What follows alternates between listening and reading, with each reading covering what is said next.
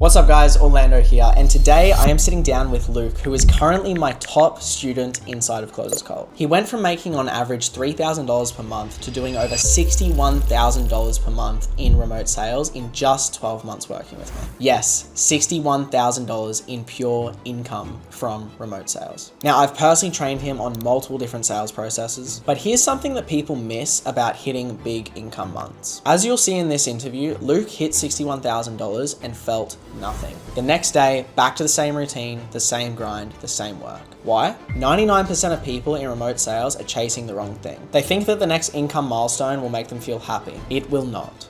Trust me. And it's the exact reason so many closers burn out. So we cover all of that in this podcast, how to avoid burnout whilst hitting those big income milestones, and also the exact same process that Luke actually used to go from $3,000 months to $61,000 months. And it's also what helped guys like Barclay make $13,000 per month in remote sales, who is actually with me right now in Thailand.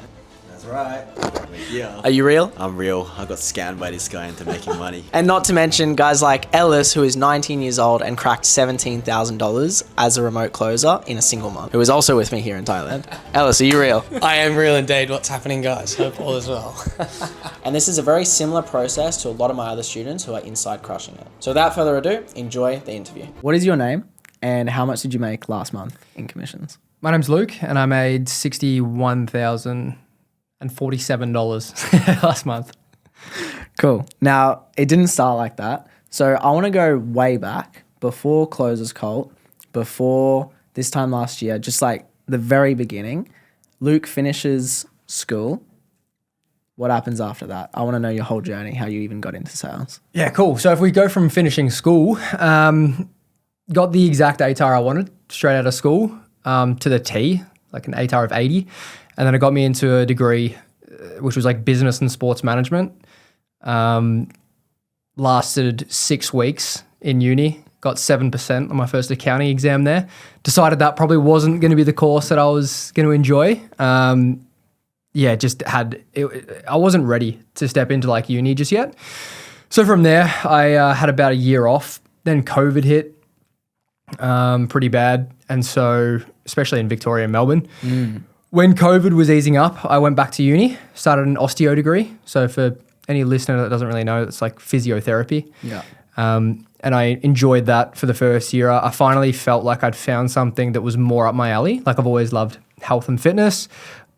It just didn't do it for me completely. I was always thinking in the back of mind, I love the content, but doing that as a job, massaging old guys and that kind of thing wasn't exactly what I was thinking of. You sure? Yeah, I was pretty confident.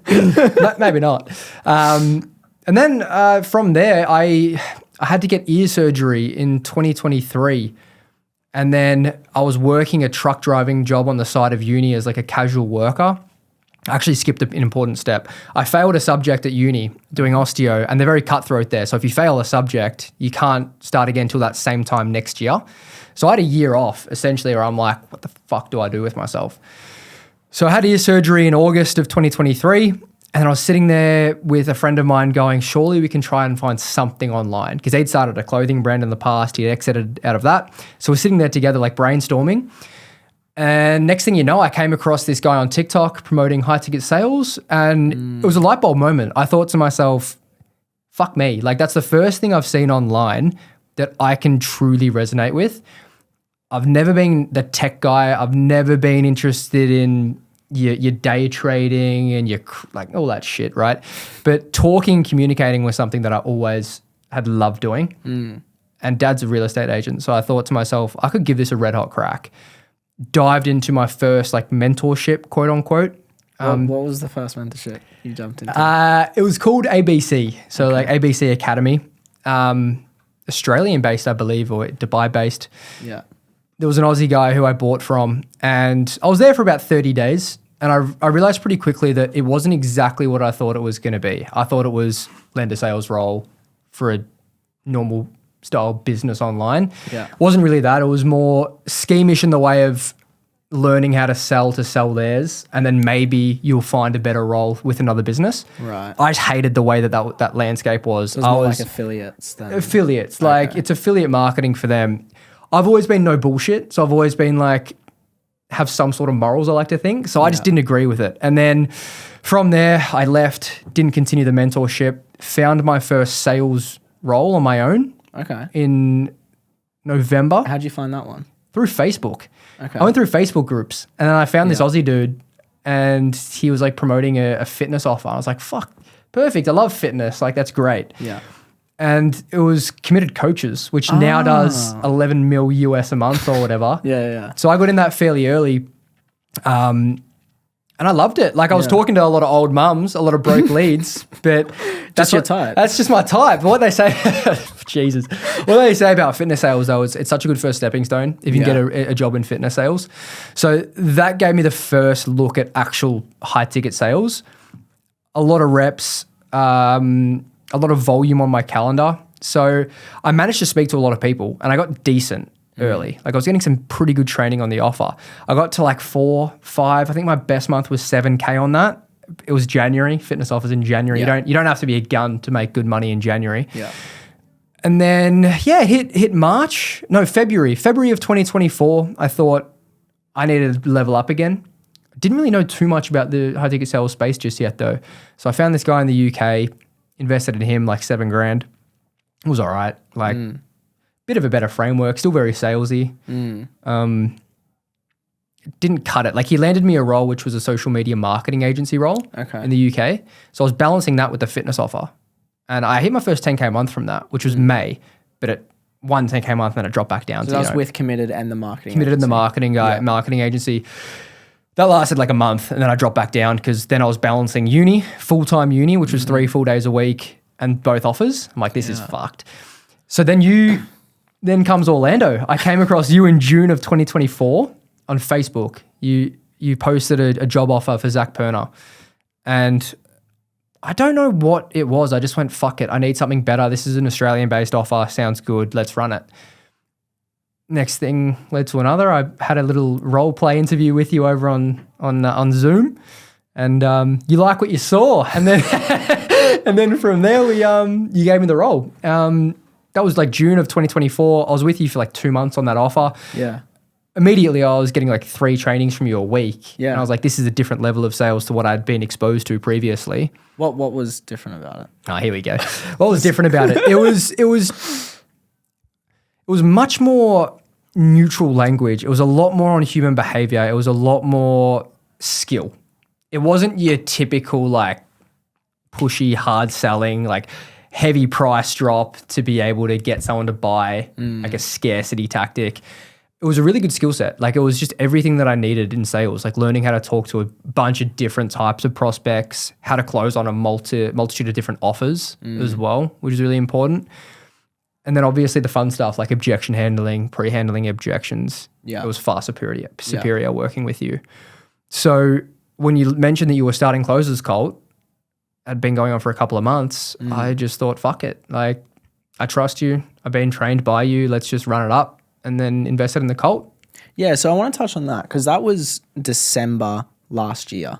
It was pretty much a few weeks after where we are now. So December I joined? Yeah. Oh, geez. Okay. So about December last year. So you were on the offer with me for 4 or 5 months by that point. Yeah. We've been doing a lot of trainings. You learned a few things. A lot of people, you were already getting 3 trainings a week by me. Why did you invest again and go, you know what, I'm going to get even more training from this guy? You got to keep a white belt mentality, bro. Like I heard that, Aaron Seaton told me that on the first fitness offer I had. I really liked him. He said, always keep a white belt mentality. And as soon as you stop looking to level up, you fall behind, especially in sales. Like in the nicest way possible, a lot of people who get into sales are fucking lazy and they're also not very intelligent. And so if you've got people that are willing to work harder than others and they can communicate like a normal person, you do really well. Yeah. So it was a no-brainer. I was thinking to myself, I looked around at other offers I'd been on and I'm like, they're not special. So like all I need to do is reinvest into more people that are better than me, follow their footsteps, and like Bob's your uncle. You know, it's not rocket science. You just do it. Sounds so simple. It is simple. I think people get so stagnant and it kills growth. It's the same in business. Like everything loves speed, especially in business. If you can move fast, you're going to go further. You're going to go the furthest, the fastest as well. I was speaking to someone about this recently as well. He was like skeptical before investing in someone. it was really straightforward. I just said to him, have they done things that you want to do? He's like, yeah.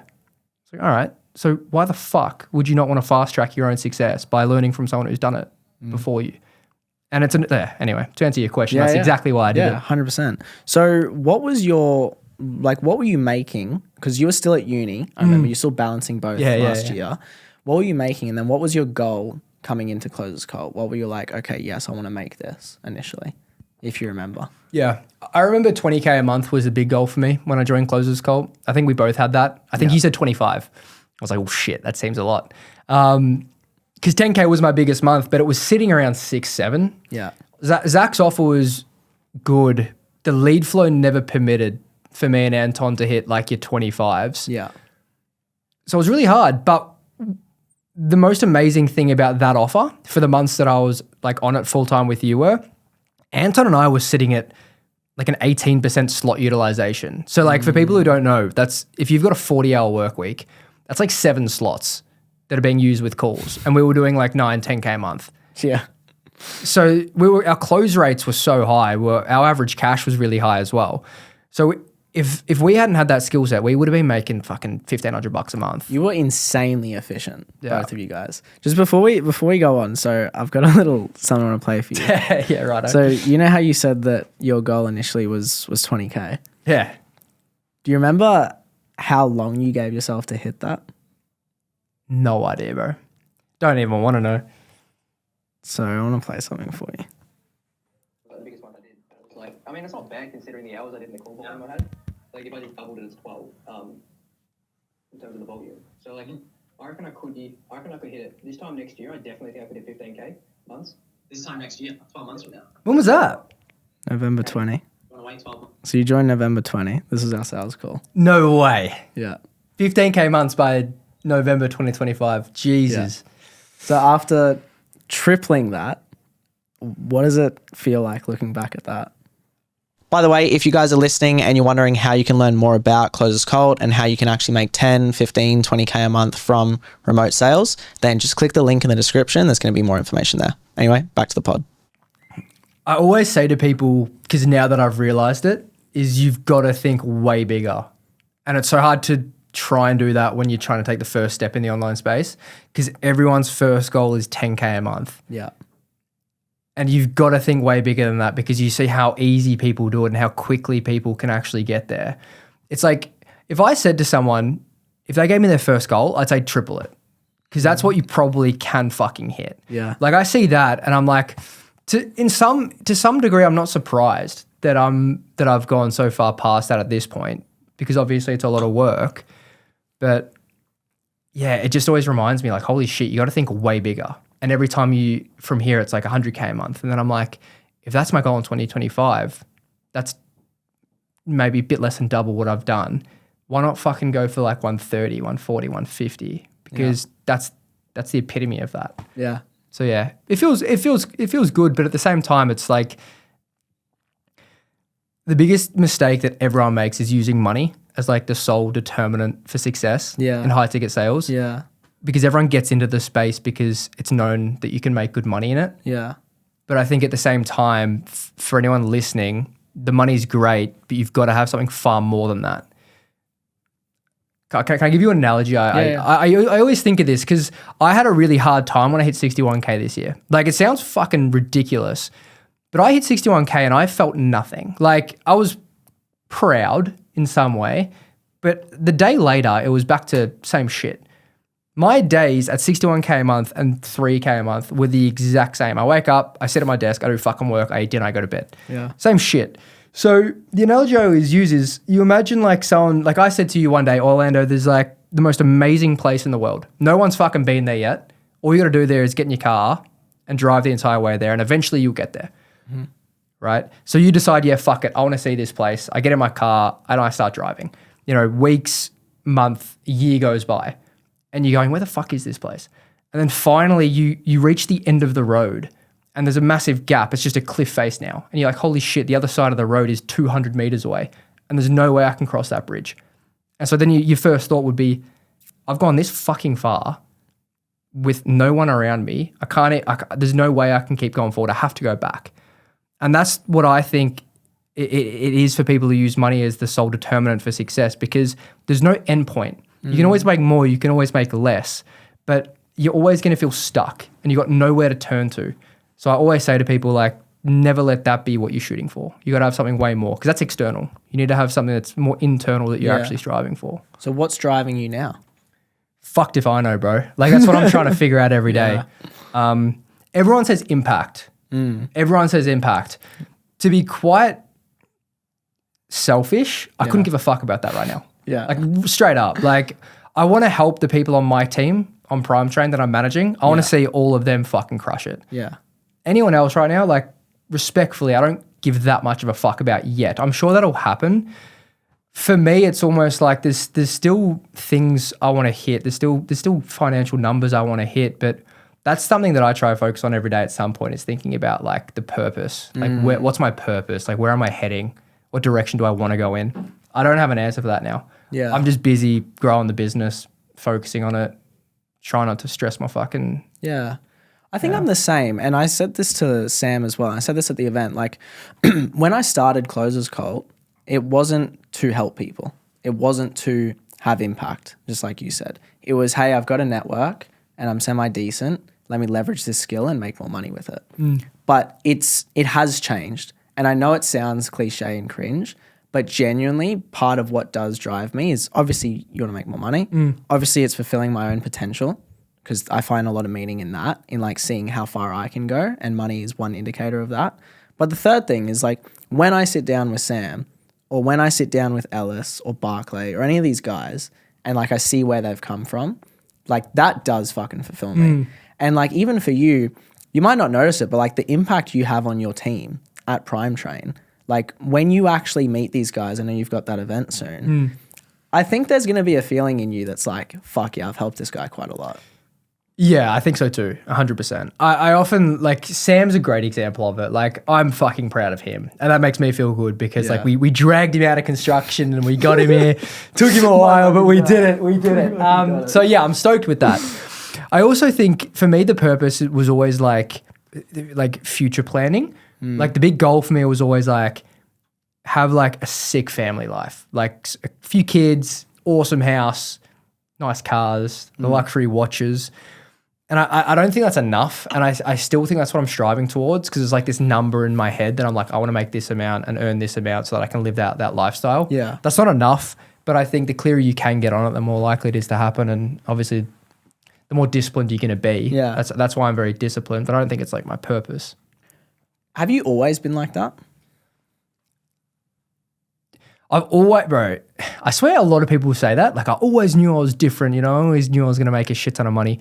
I always just felt like I was going to do something that was going to make me a lot of money.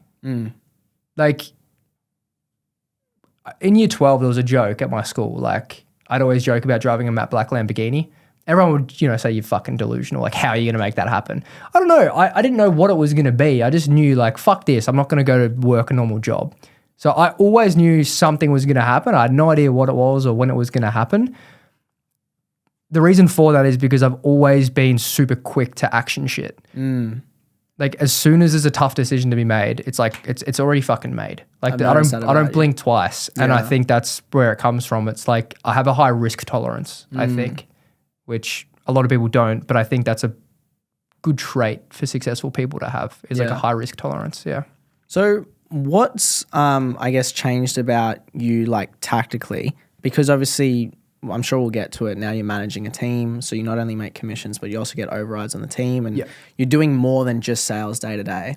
But you did sales full time. I know you're still doing sales as well, but full time only sales for how long? A year and a half?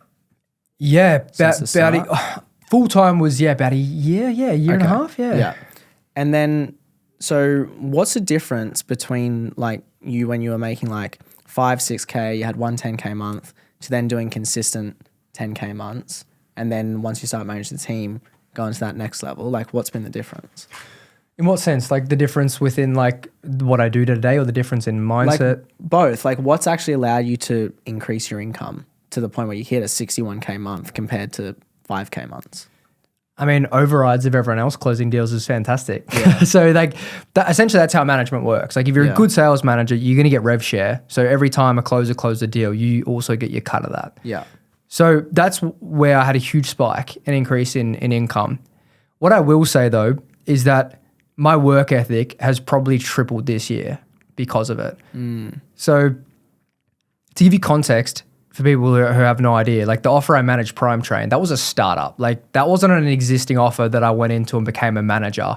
That was like, he gave me a call in March and was like, hey bro, I'm going to start an offer, do you want to manage it? And I had no fucking clue what I was doing. I was a closer. Yeah. And a lot of people get that twisted. They think I'm a closer, I can manage because I've seen it, but it's a completely different skill set that you have to learn. It is. From what I've found. And we built that bitch up from scratch. Like it was like 0, 45K a month, 100, 150, 200, 250, 300, 370. We were growing really quickly, but the stress that came with it was also fucked. Yeah. So I've learned a lot about myself in the last 10 months. I've learned how to lead people better. I've learned how to like actually run a team. I know for me, because I did management, I think you're a much better manager than I was, like looking at what you're doing now. And you've taken that company to further heights than I would have with the skills I had. And I know that management is way harder than what people make it out to be. And it's a lot more headache for sure than just closing. Bro, I burnt the fuck out. Like bad. People say burnout's not real. I try to agree with it, but I fucking burnt out so bad. So it was, I think it was June. Right before Bali, right? Right before Bali, it was June. I don't think I had a day off from March to that part of like probably Feb to June. The responsibility you have as a manager is so much greater. As a closer, it's just you. Yeah. I wake up, have brekkie, take my calls, close some deals, print some cash. Yeah. Next day. As a manager, you wake up, you've got your business owner texting you, the setters texting you, the closers texting you, the tech guy texting you because we had to build the fucking tech as well. Yeah. My cortisol levels were through the fucking roof, bro. I woke up every day just feeling cooked, fully cooked. I couldn't get off the couch. There was a 6-week period I couldn't go to the gym. And that's where I realized this is a different ballgame. Like you have to have structure, systems, the right people. You have to hire correctly because if you hire closers and setters that aren't self-sufficient, you're just digging yourself a massive hole. And so it's like all of these little parts of the business that you realize, shit, this actually matters way more than I thought. Because if you don't get it right, it's more work, more stress, more responsibility, more fucking chaos. Yeah. So that's what I found. I think the thing I've realized, and you've realized this as well, is once you get past a certain point, it's not enough to just rely on your own competence. You have to train and hire people that have the potential to fulfill that. Yep. And you have to accept that they're never going to do it as good as you.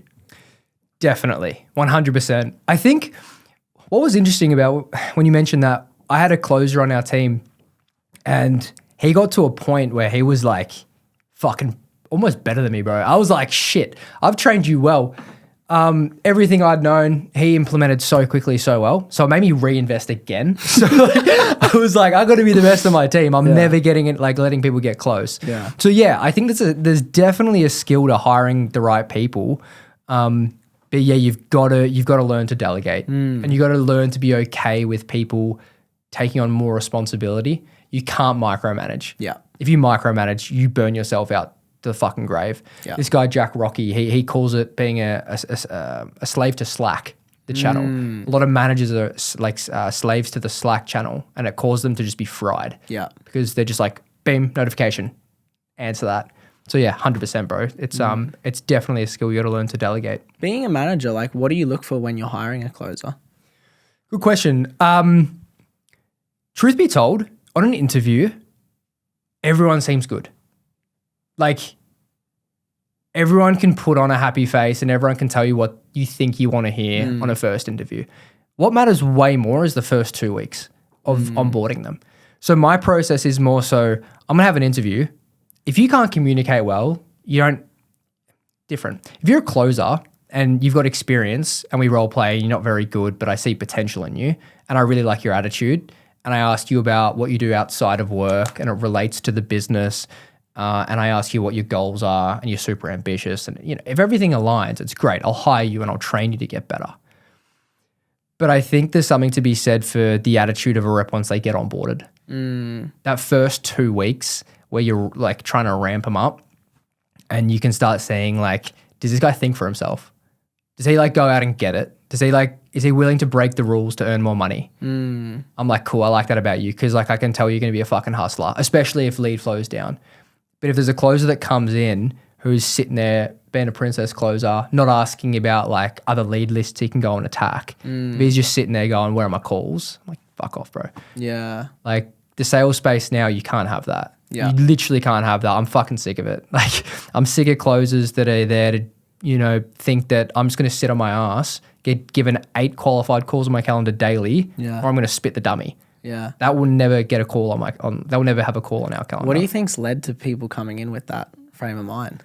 Social media, bro. Too many gurus. Like that's why I love what you talk about. It's authentic, and that's what's missing right now. All these gurus are talking still about this online money bullshit, making fucking 10 grand a month, taking a couple calls at the beach a day. It's bullshit. Like it's straight up a lie. So that's what I think has caused it. And then people are just inherently lazy. Yeah. So like fucking grow up, do some work. Yeah. It's the same as every other industry. Like if you want to get into sales and make a lot of money, it requires a lot of work.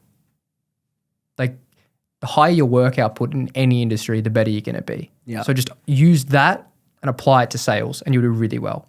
So that's what I look for. Is like high output is really relatable to the mission of our business and they're ambitious. Like that's Yeah. great. And treat yourself like it's your own business.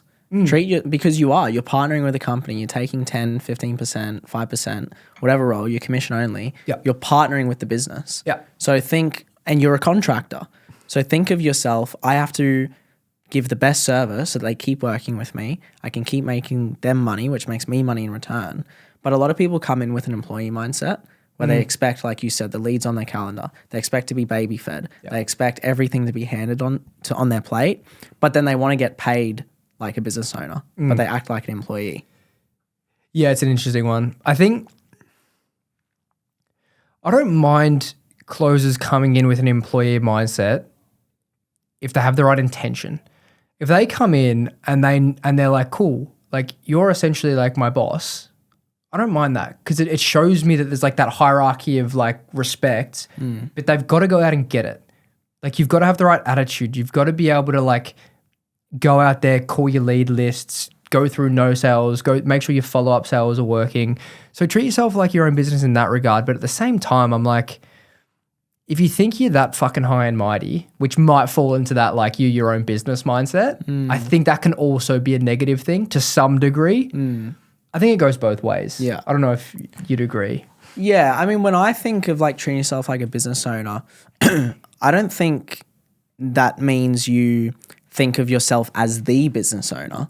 It's like you treat yourself like your own business owner that's partnering with another business. It's not like you're coming in and taking over the systems and saying, hey, we should change all of this. Yeah. But it's like, hey, I dialed this lead list, I ran out, I created a new lead list based off these filters. Is it okay if I dial these guys? Because I think there's lost revenue. I want that setter. Like that's the setter I want. Yeah. Talking about setters, that's another thing. Yeah. I don't hire setters typically from sales trainers anymore. Interesting. And there's a reason I do that. It's because setters have this misconception that it should go like, I'm a setter, I'm going to do it for like 2 weeks, and then I'm going to be a closer. I've got multiple setters that I've hired from sales training. I've also had multiple setters that I've hired from the business owner's Instagram in the DMs, like he does like a CTA, and they've never touched sales in their life. Our 2 best setters are people from the DMs. Interesting. Yeah. Why do you think that is? Because setters are selfish and they're not bought into the vision anywhere near enough, I think.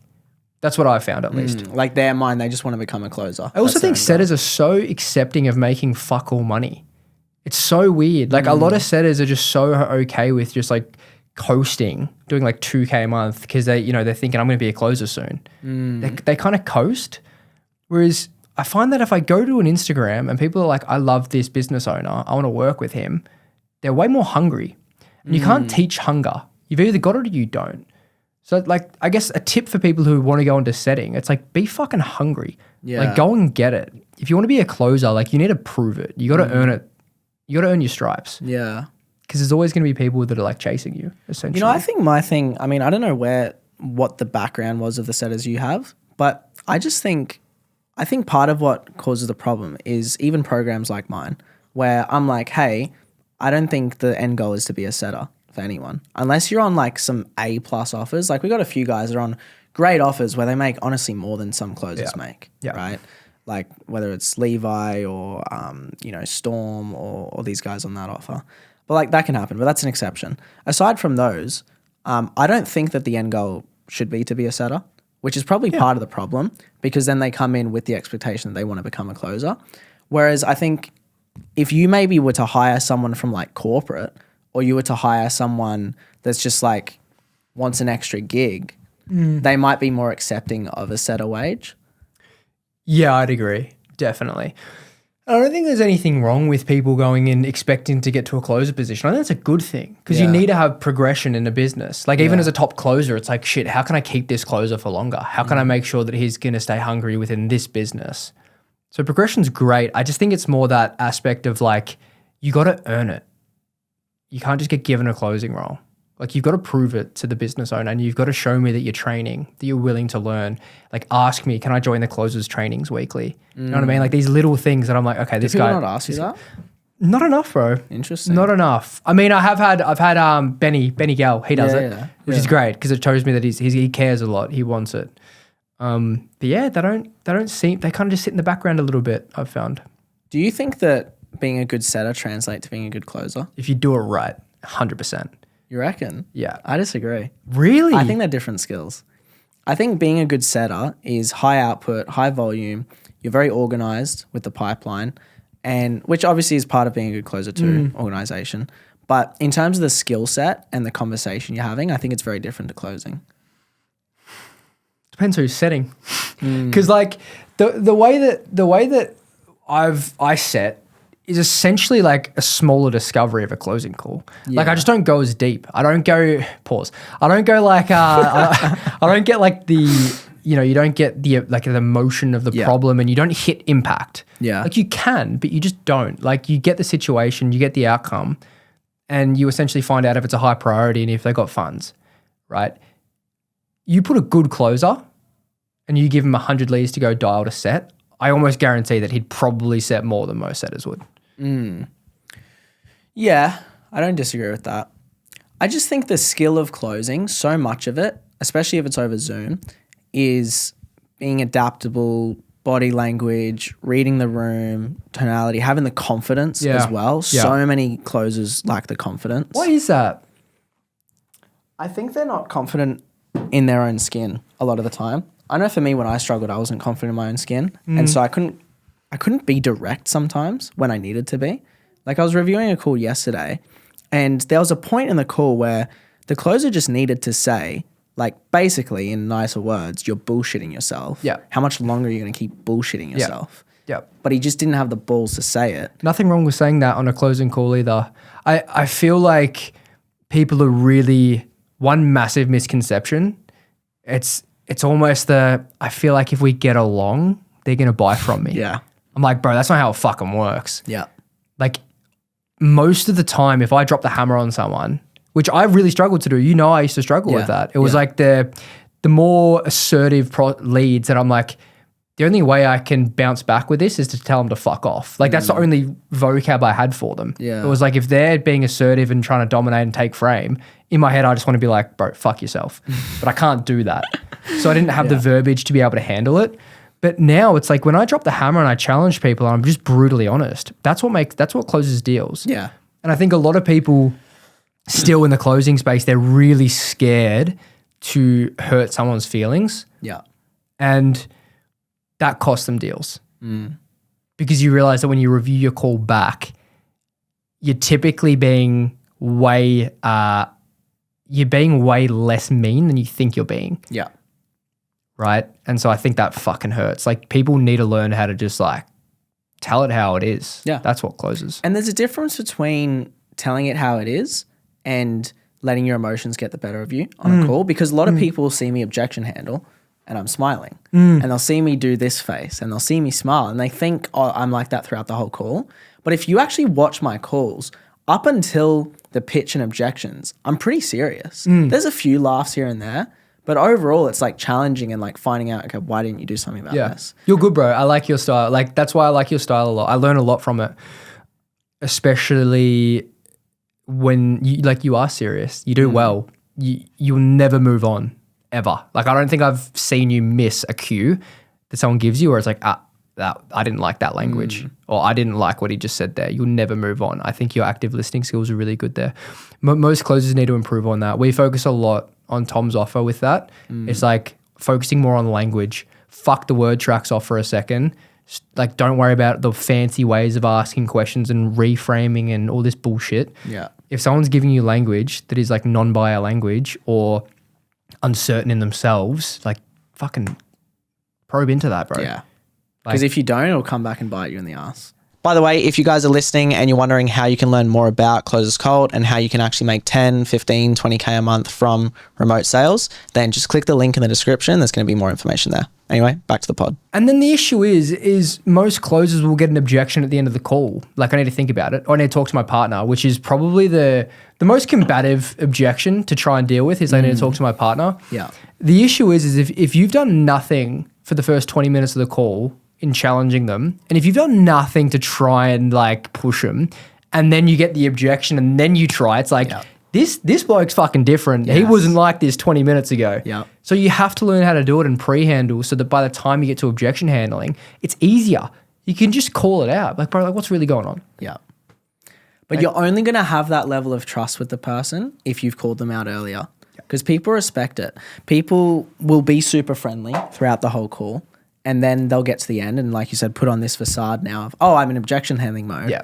And that's what fucks it, because then they get attachment to the deal, the prospect can feel it, and it just doesn't feel like a normal conversation because that's not how they were the whole time. Yeah. It's the same for, I should have lost my train of thought. I was going to say it was like when it comes to the whole objection handling part, fuck, I don't know where I was going with that. Well, I mean, my take on objection handling is like, yes, still be serious, but have the adaptability to smile. So like when I'm smiling, I'm doing it because I can see the person is fucking scared shitless. Yeah. That's when I smile. Yeah. I'm not smiling when they're being like, if they're just telling themselves BS stories and they're holding themselves back, I'm not smiling throughout that. Yeah. I'm smiling when they know they need to make the change and they still don't. Yeah. And I can see the fear. 100%. And then the other big one that everyone always talks about is congruency. And I think that's the biggest change I've had in, like, my close rate on Zach's offer right now is probably like 75, 80%, just because the sheer congruency I now have because of whether it's the money I'm earning and the amount of things I've done with the business I'm managing. Yeah. Like, I'll come on there and it's like my certainty will always overcome their doubt. Yeah. And that's what closes. And so when it comes to congruency, I'd always suggest to people is like focus on that. Like, how can I keep being more congruent? How can I keep being doing shit that's going to allow me to challenge people? How can I keep doing shit that's going to allow me to be like tackling a partner objection? You know what I mean? Like, all these little things really add up. And I think people stop thinking about that. How did you learn that piece? Like, how did you in your own life be congruent, which allowed you to hold prospects accountable? I don't blink twice when I invest in myself. Like, it's literally like done. This year alone, I think it's been like 40 grand. Like, it's fucked. Yeah. But it needs to be done. Yeah. Like, it needs to be done. And everyone should realize that by now, that you need to invest in yourself. That's the first part of congruency. The other part is like how you carry yourself day to day. Yeah. Like, is the language that I use day to day with people in the business the language that I'm willing to challenge people on a sales call? Like, do I have self-doubt? Do I have uncertainty in myself? Typically the answer is no. Like, I'm pretty fucking, like, I think I'm fairly confident, and so I feel like that rubs off on calls. But yeah, like, you gotta check yourself. You gotta listen to the language you're telling yourself. And are you willing to have tough conversations in your own life? Because if you can't have it with your friends or your family, you're going to struggle with prospects. Bro, you know what's so interesting is, like, I still struggle with it with family, like really bad. I do not have difficult conversations with anyone in my family. However, with my girlfriend and with my close mates, fuck yeah, we do. We have like Yeah. really difficult conversations. Family's just one that I've never been able to get on top of. Yeah. We had a chat about that last year. Yeah. I feel like I've been able to do really well in sales schools because it's every other aspect of my life it's covered. Interesting. But hey, maybe if I got there, then I'd level up even more. Well, you know, I think another thing that probably helps too is your natural detachment, being in the position you're in with the management and knowing you got money coming in from that anyway. 100%. Definitely helps. And like, to give practical advice, like it's not a matter of just, oh yeah, don't want the sale. Because it's like, if you need to pay bills next week, you're going to want the fucking sale. Like, it's okay. But I'm curious to hear what your opinion and advice is for people who want to become more detached. Data. But like, for me, it's like moving the focus. It's like, cool, you want the sale, but move the focus to like focusing on the call and doing as good of a job as you can in your process and controlling what you can control. And then that's naturally going to move your focus. But what's your take on that? Data. Okay. Like numbers don't fucking lie. Yeah. And like, yes, you may be having a fucking shit week. Look at your last 90 days. Look at your last 120 days. If you've averaged 8K a month for the last 90 days, you're sitting at 2K this month and you're 14 days in, chances are you're going to fucking bounce back and hit the next 6K. It's just a law of averages. So I always say to people like, bro, relax. You've had 4 bad days in a row. What's not good? Like, what's to say that tomorrow you're not going to get 6 fucking lay down piffs on your calendar? Yeah. So my main one's data because I always found it hard to detach myself because I'd always fucking be G'd up before a sales call, like let's crush it. Yeah. So I'd always be somewhat like, I wouldn't be detached to the sale, but I'd be detached from the prospect. I'd be like, I don't really give a fuck what they do, right? Oh, sorry, other way around completely. I would give a fuck about them, but I wouldn't give a fuck about the actual sale, which I think has pros and cons. It's probably more of a negative thing. I just always was like, fuck, I really want to like get you over the line. Like I need to help you, right? But to answer your question, it's just data for me. I'm like, it's going to come back around. Yeah. Like just relax. Yeah. It's coming. Well, it sounds like you also have like good intent because you're attached to them making the change, which you know is for the better. Yep. So you want them to actually like make a positive change and do something different. Bro, it feels good, right? Like after a good close where you're like, shit, I don't know where he's going to go from here. He might try a refund tomorrow out of absolute shitting his pants. Yeah. But we helped him make the biggest changes ever made. That's Yeah. a really good feeling. Yeah. Yeah. And so now, what's your goal this time last year was to hit 20K. You've already tripled that. And now I know we spoke about like why you want to get to that next level. But if we just like ignore the whys and all that stuff, but like what is your next goal? Like what Financial goal? financially, also life? Like what are you actually striving towards now? Because for a lot of people, like you have already hit more than a lot of people make in a 12-month period of their life. Yeah, but what I will say to combat that is for every new level, there's a new devil, meaning like every time you hit 60K a month, you compare to people that are doing 100. And when you fucking hit 100, you're going to be comparing to people that do 200. Yeah. That's never going to end. So my focus now is like, I genuinely feel like it is inevitable the next year I should hit 100K, especially if our business hits, 600-700K a month on the offer I'm managing. Yeah. Plus maybe I do some consulting or something. I think that's inevitable. Where my focus is right now is like straight up managing stress and getting back like as healthy as I can be. That's like my biggest focus. You got to remember that there's shit outside of sales. Oh yeah. Like I was for all of this year, essentially, like it's been sales, spending time with my girlfriend, basically fucking it. Right. And I've been on a couple short holidays. Yeah. I love that. Don't get me wrong, but there's more. I've got to be doing a bit more. I've got to be looking after my health more, getting myself in check because sales can consume you, bro.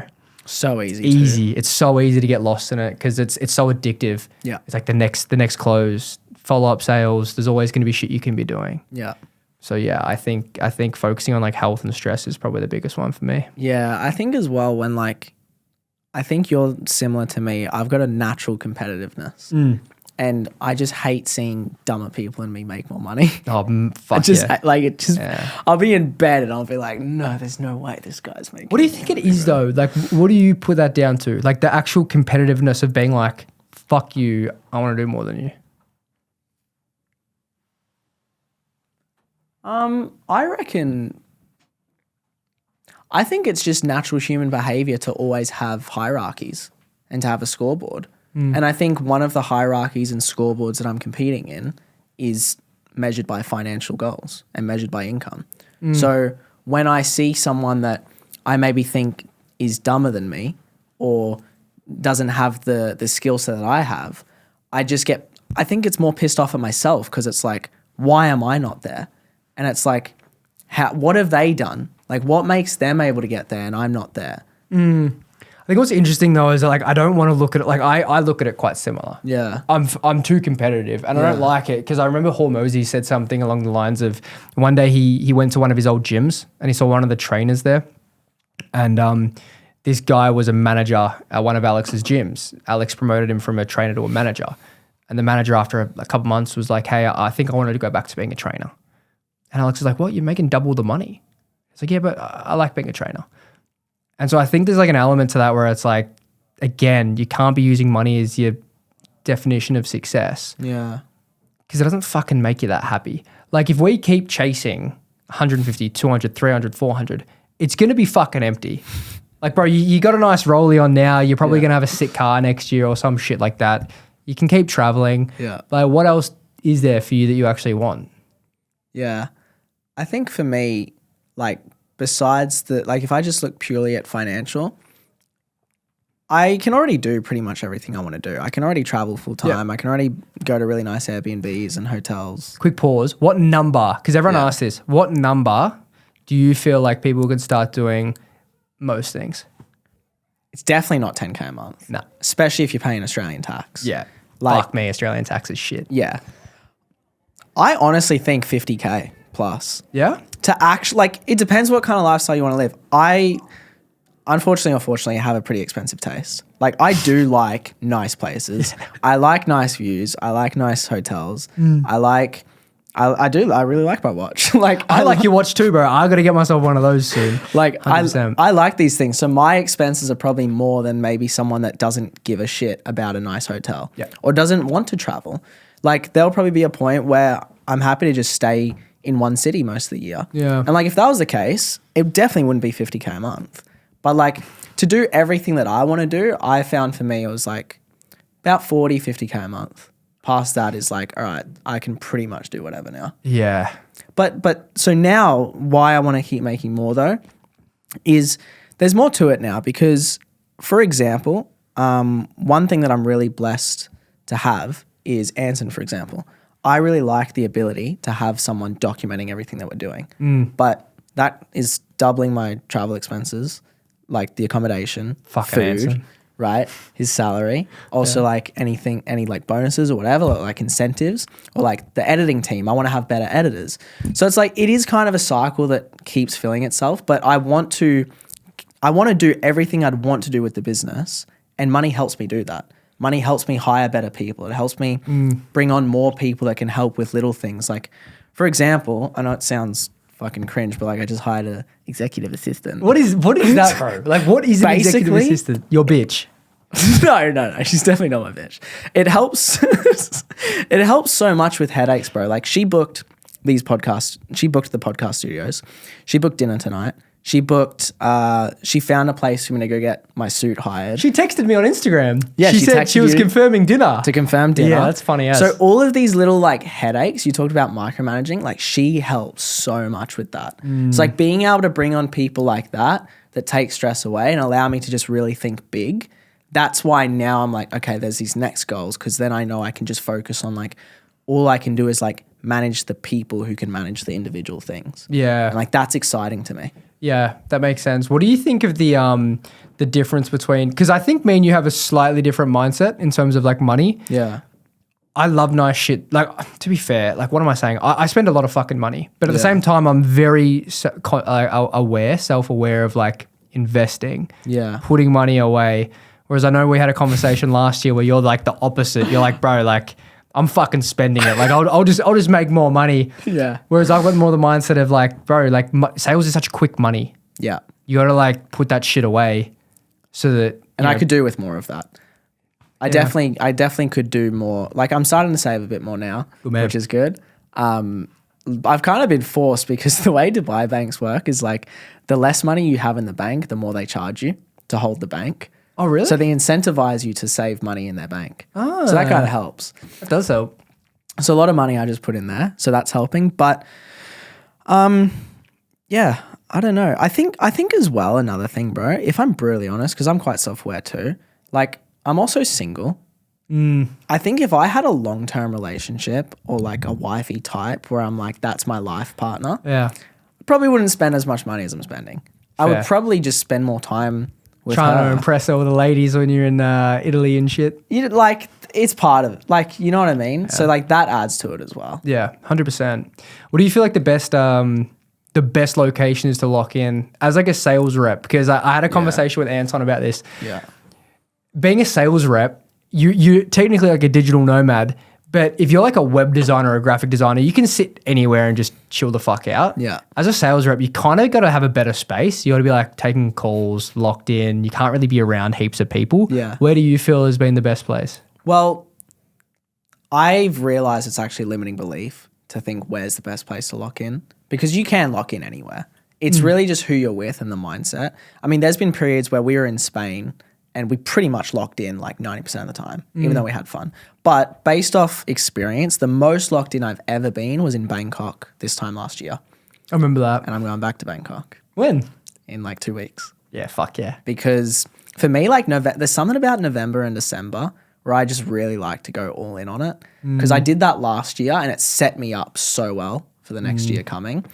But I think the reason I locked in so hard there is because I'm not actually attracted to Asian women. Is one thing. Where is this going? Well, I'm not actually attracted to Asian women, so I just like stayed in the hotel, and that didn't distract me. That's fair. And I just ordered food to the hotel. Yeah. I just drank black coffee in the hotel, and then I'd go train Muay Thai. Yeah, it's a And good that's day. pretty much all I It's a did. good day in the life. It's a fucking good day in the life. Well, man, thanks for sharing that, bro. I really appreciate it. But honestly, Melbourne, I could see Melbourne as a great lock-in spot, bro. It's cold. Yeah. You drink coffee, and everyone's miserable. So what's the point of going out? You just stay at home. Bro, what's so interesting is that like I actually love and hate Melbourne, like for the same reason. Yeah. I fucking love Melbourne, like best food, straight up. Coffee's elite.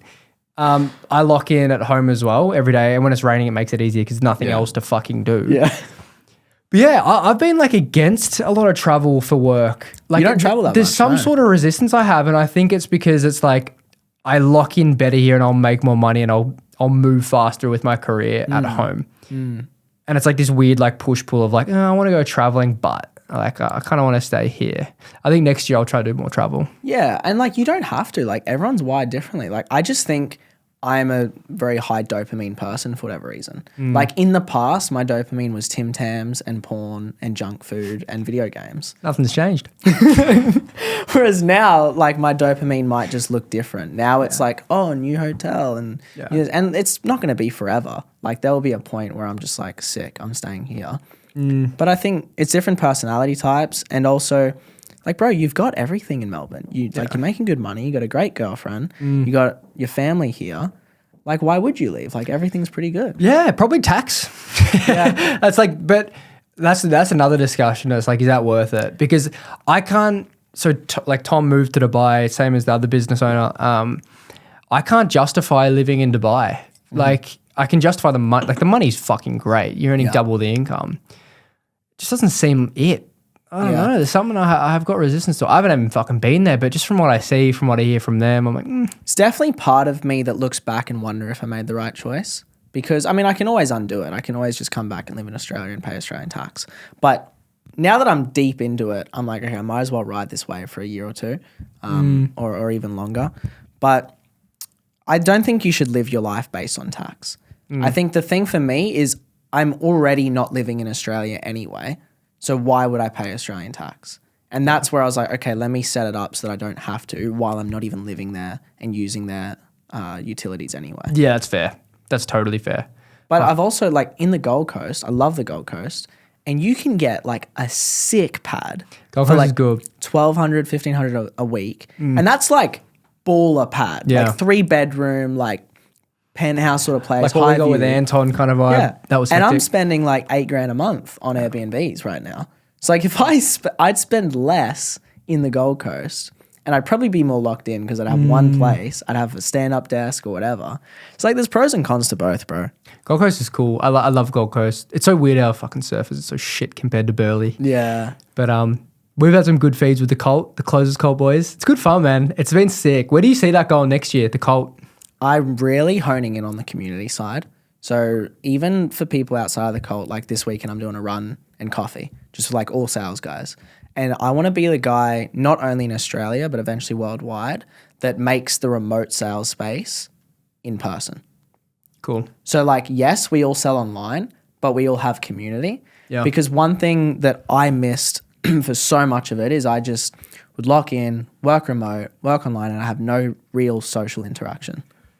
It's hard, bro. It's so hard. Who did I hear? I heard someone say that.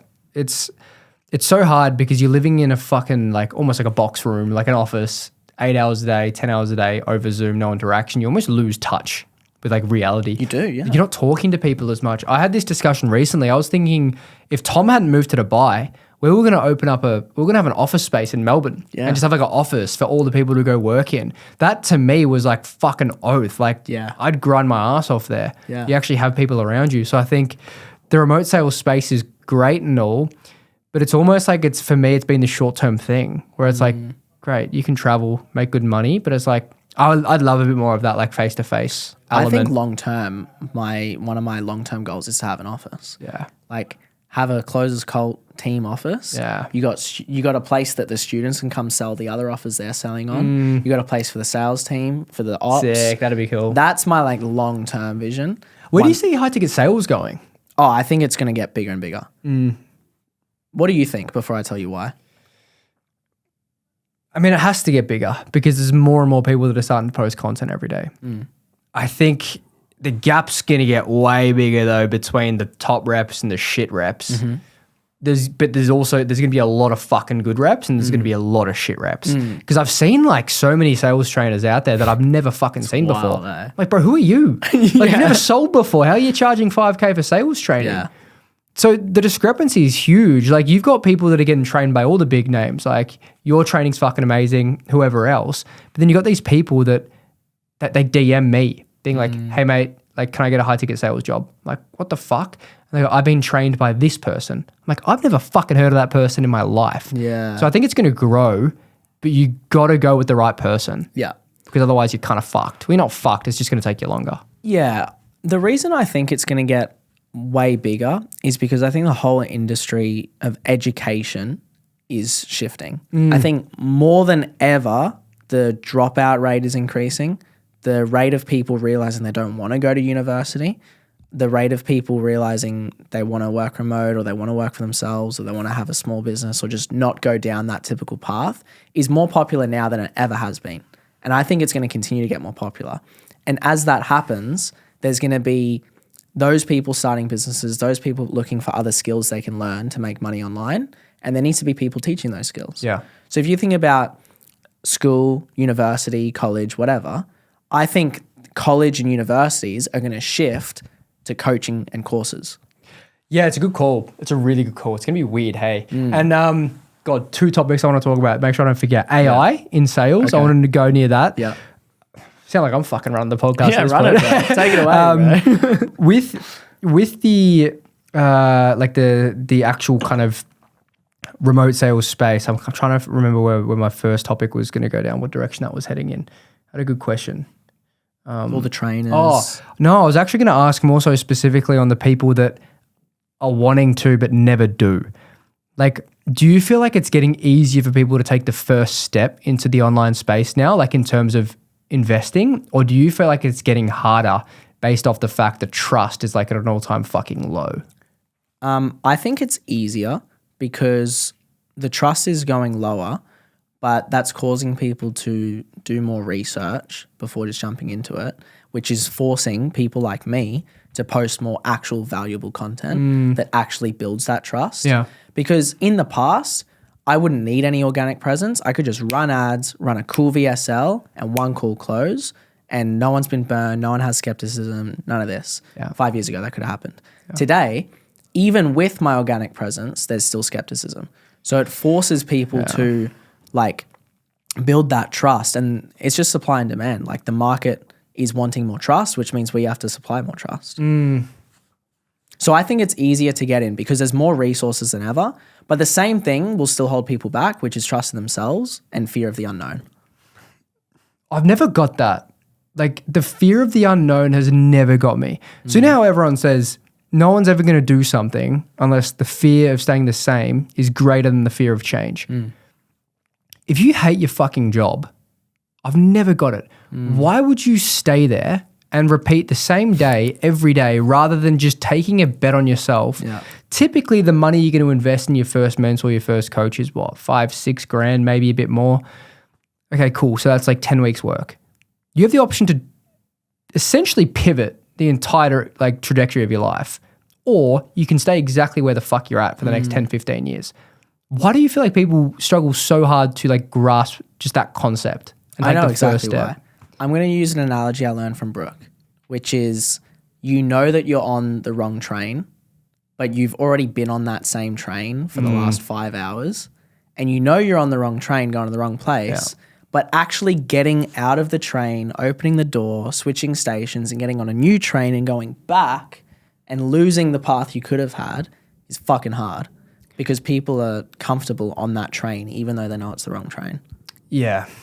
And it was the same great thing with analogy. Sam, bro. Yeah, it was Sam literally didn't the make the same change. thing. We just spoke about this, Yeah. like right where you were sitting, like an hour ago. He was just telling me the breaking point was when his job just got bad enough, and it was just a build up of him hating it. It's so crazy how it works. It's like people sit there until it fucking hurts, like physically hurts, and then they make the change. What do you, because I feel like a lot of listeners who listen to these podcasts would be like thinking about it. There's like little parts of them like, what if I gave it a go? What do you feel like that advice, the best advice for those people is who are like working a job, they're not content, they haven't hit rock bottom yet. So chances are they're probably going to go through the next 3, 4, 5 months doing the same thing without acting on it. What do you feel like you tell those people? Like, what have you got to lose? Like, just zoom out, because if you know that you're capable of more, if you know that you're not retarded and you can actually like just follow a blueprint and just do the right things that someone tells you to do, what have you got to lose? Money? Like some money that you work 40 hours a week for the last 5-10 years, and you might continue to work for another 5-10 years to make some money. And that's what you're afraid of losing. Bro, it's so fucked. And so many people are spending that much money, like $200, $300, $400, $500 a week on drinks, bags, darts, the whole fucking lot. That, like, if you just reinvested that, just that weekend shit for 10 weeks of your life, you'd probably be able to make the investment. So I struggle to like grasp that. It's so hard to understand. It's also environment, bro. Like, yes, 100%. we're quite lucky where even if you don't have the right environment in person, you might be able to build the right environment on your feeds. You actually can. Yeah, like you can build the right environment when you scroll or when you go on YouTube.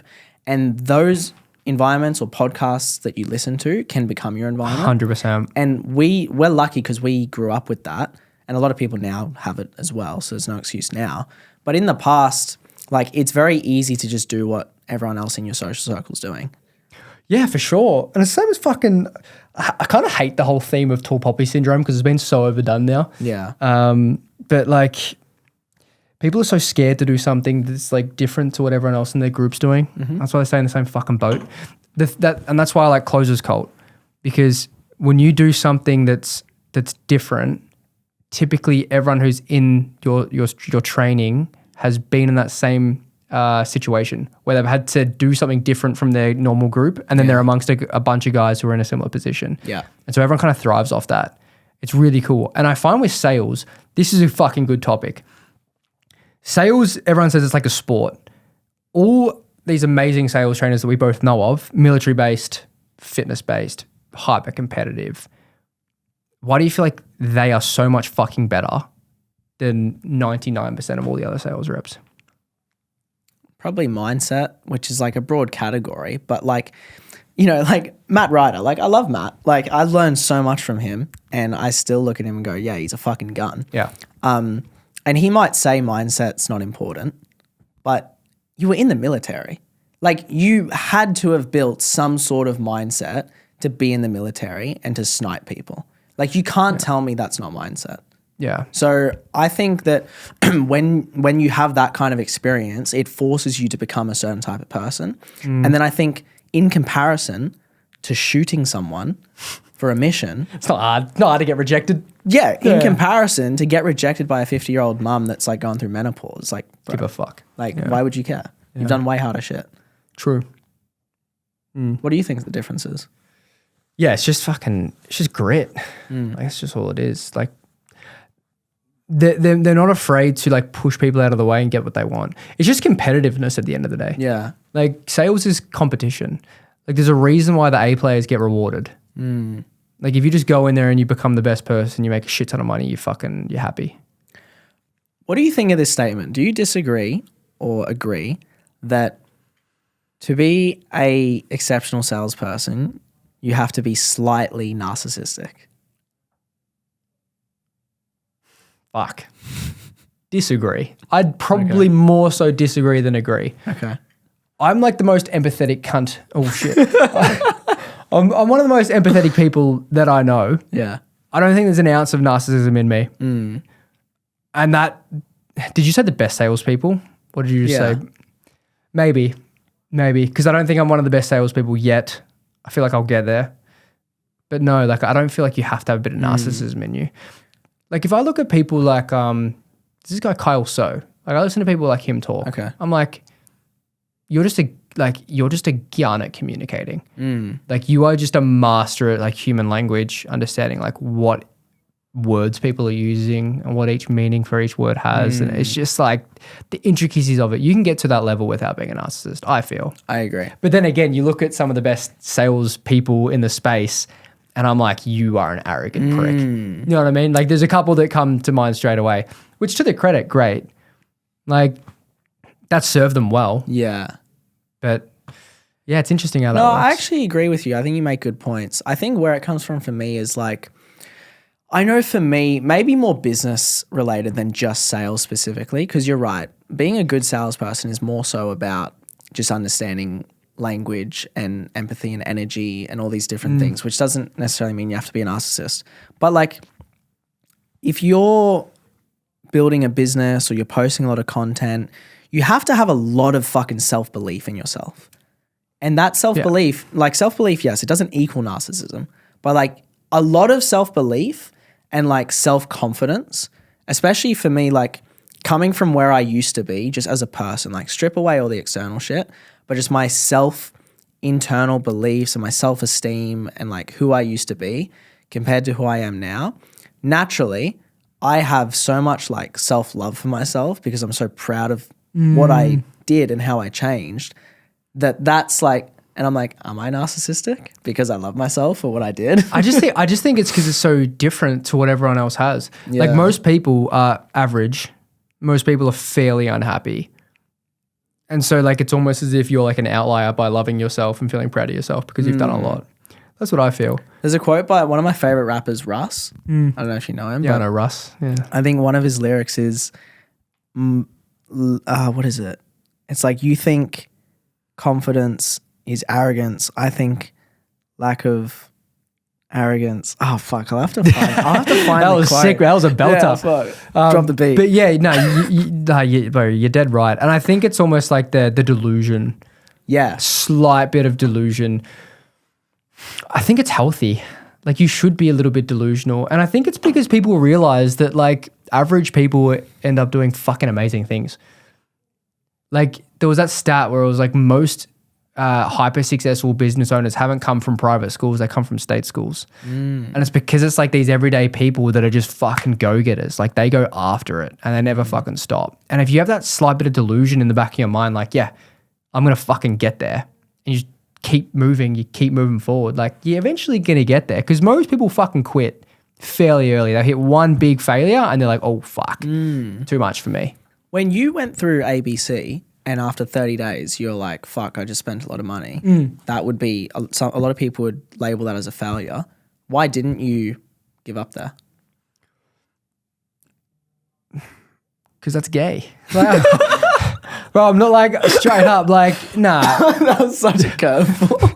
By the way, if you guys are listening and you're wondering how you can learn more about Closers Cult and how you can actually make 10, 15, 20K a month from remote sales, then just click the link in the description. There's going to be more information there. Anyway, back to the pod. And like for people to give up after one try, it's just like, it's the biggest waste of your time.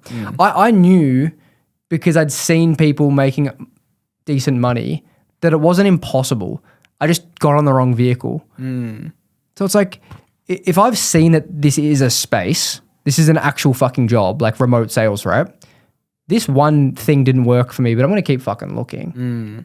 So I don't know. It just made sense to me. I was like, why the fuck would I give up? When I was actually enjoying the concept, Yeah. I just didn't like that business model. Yeah. So I just fucked off and founded it myself. You told yourself the right story because that's all it was. Two people can have the exact same scenario. One person says, oh, this isn't for me. There's a clear reason. You go, no, I made the right decision. It just wasn't the right thing.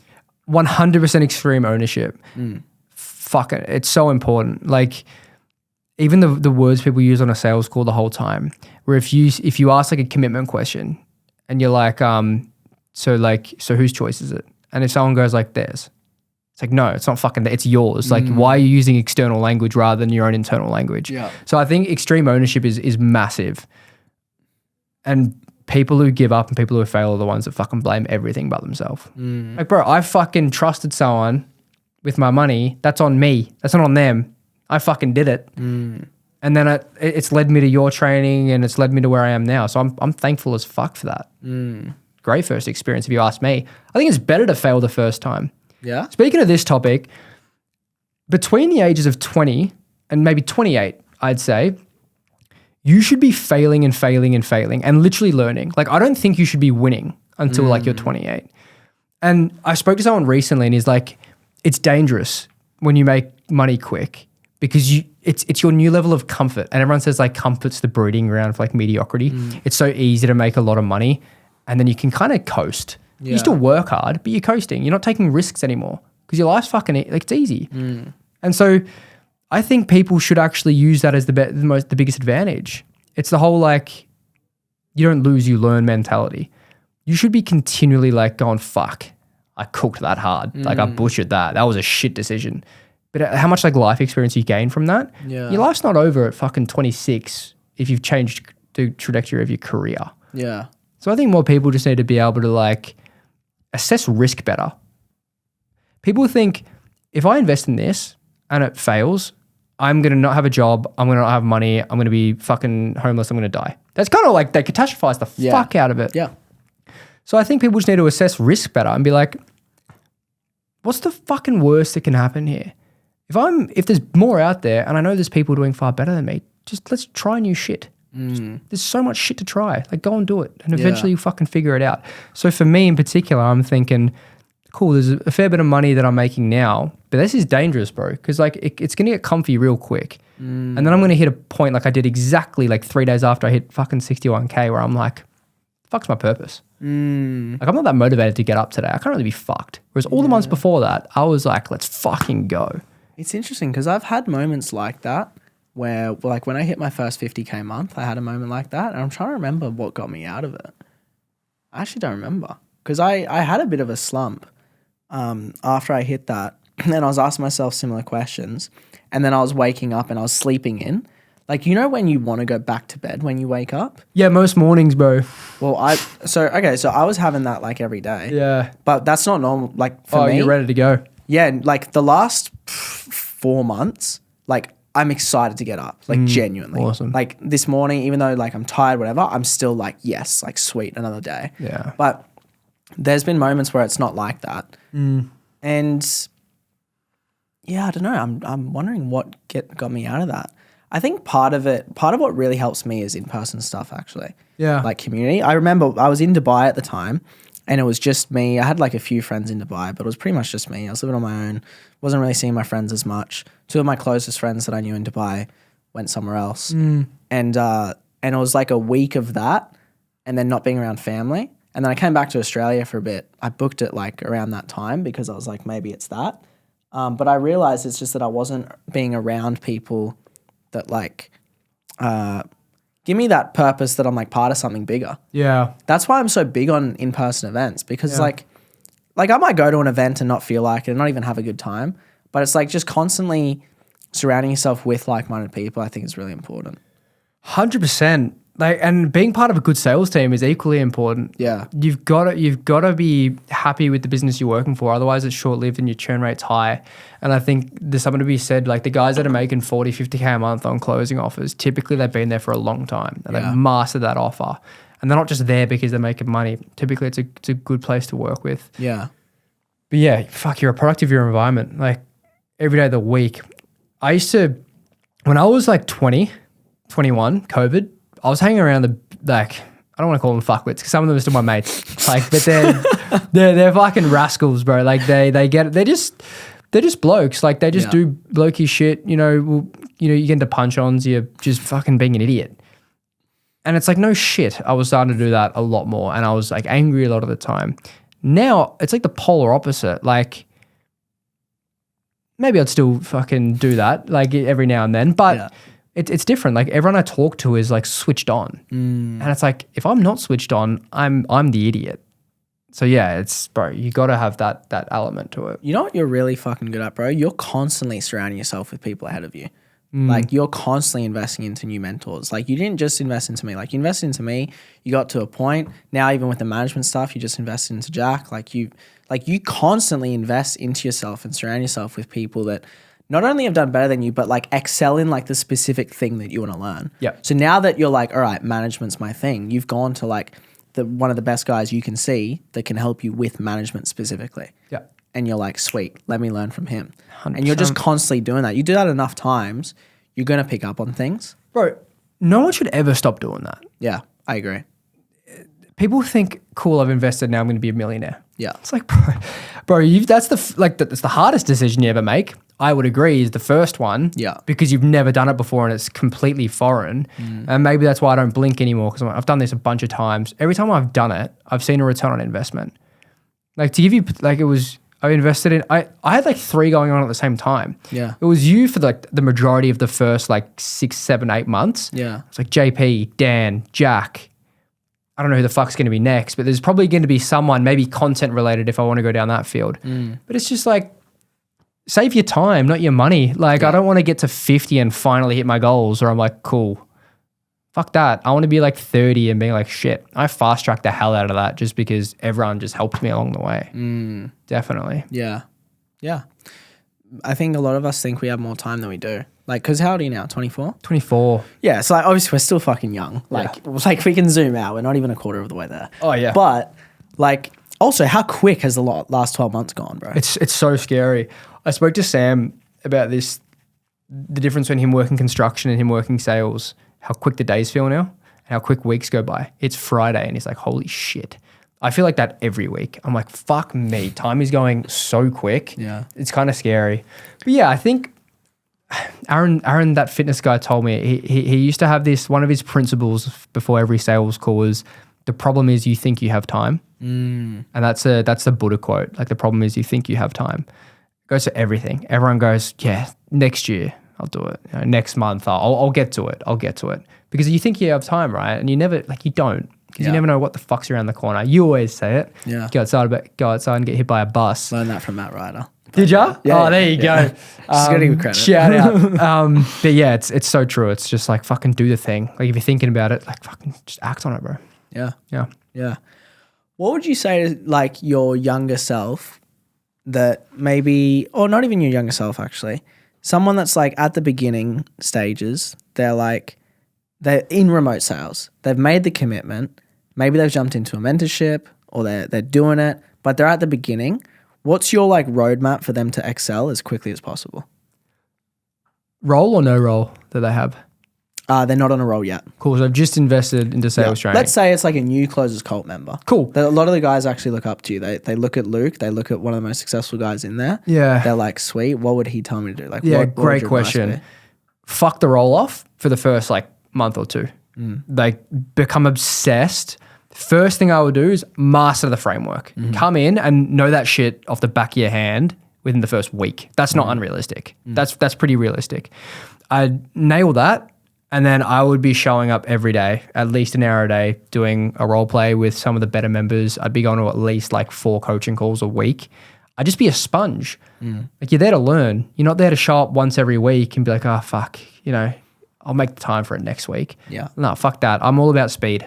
Like, get in, get out.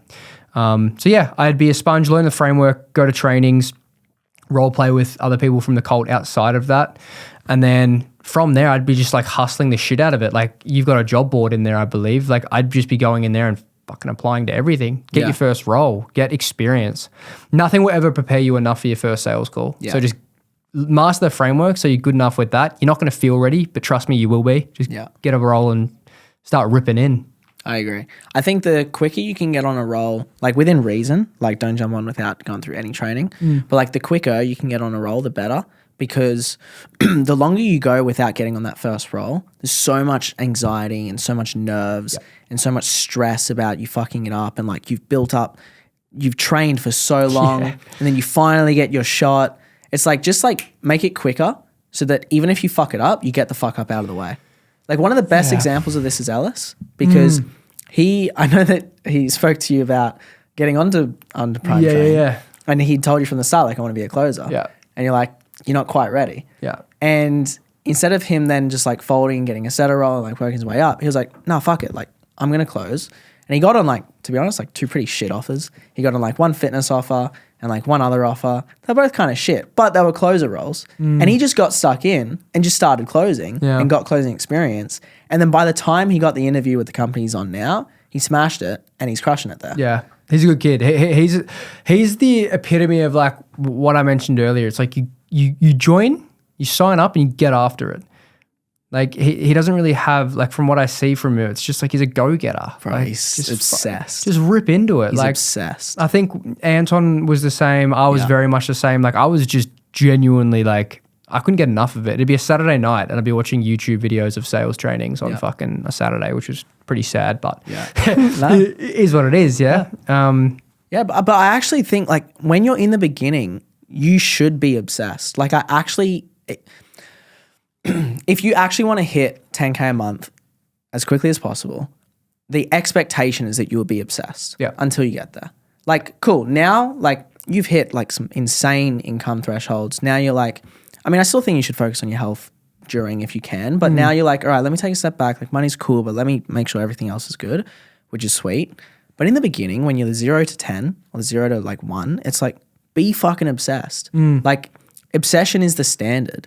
It's not excellent. Like, that should be the standard if you actually want to get there. Yeah, and if you're not, everyone else is. So like, you just fall behind and no one's going to hire you. Yeah. That's why I feel like I would almost like tell a lot of people not to get into sales.